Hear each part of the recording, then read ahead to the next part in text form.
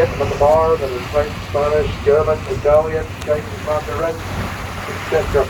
Fill and not drink whiskey. If you drink enough whiskey, then subtitles in your language will appear just as much easier. They don't really drink too much, otherwise you'll end up becoming the monster and not seeing it. Should the take time, sit back, relax, enjoy your trip, and welcome to Loch Ness. Enjoy. You are travelling across the world-famous Loch Ness, but there is more of interest in this deep, dark valley than just the monster. Loch Ness is part of the Great Glen of Scotland, a geological fault line which runs from under the North Sea in the northeast to the edge of the Atlantic shelf in the southwest. It cuts Scotland in two.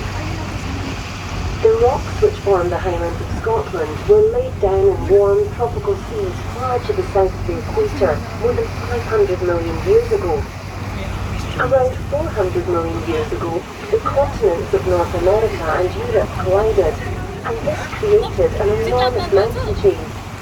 Those mountains are known as the Caledonians. 20 million years later, the Great Glen fault line was formed, and the mountains to the north of the loch slipped 65 miles, 100 kilometres to the southwest, forming a huge valley. Eventually, North America drifted away, the Atlantic opened, and as continents entered northern latitudes, they drew down upon themselves the great ice ages, and our enormous jagged mountains were eroded to the stumps you see on either side of you during your journey today. When the last ice age finished, about 12,000 years ago, Loch Ness filled with fresh water and took the form you see today. Vegetation and trees arrived, but most were cut down during medieval times to produce charcoal for smelting, and the pine forests you see here today are mainly introduced species like larch, Douglas fir, sitka, and Norwegian spruce, and even some sequoia. Our only native pine, the Scots pine, is best seen in nature reserves such as Glen Affric. Peat bogs stain the rainwater, and it is that which makes the loch's waters appear so dark. The loch is around 23 miles long, averages 1 mile wide, and is 754 feet deep. That is 35 kilometres long, 1.5 kilometres wide, and 230 metres deep. You could put the population of the world into Loch Ness more than 3 times over, and it contains more water than all the lakes, rivers and reservoirs of both England and Wales combined, including the whole of the English Lake District. So there is room for it to conceal a few mysteries.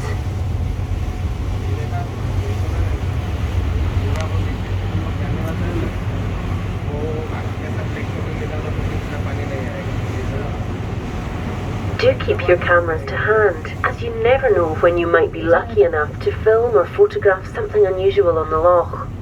Whether the phenomena seen at the surface could be Nessie will continue to be debated, and there are many theories on the subject.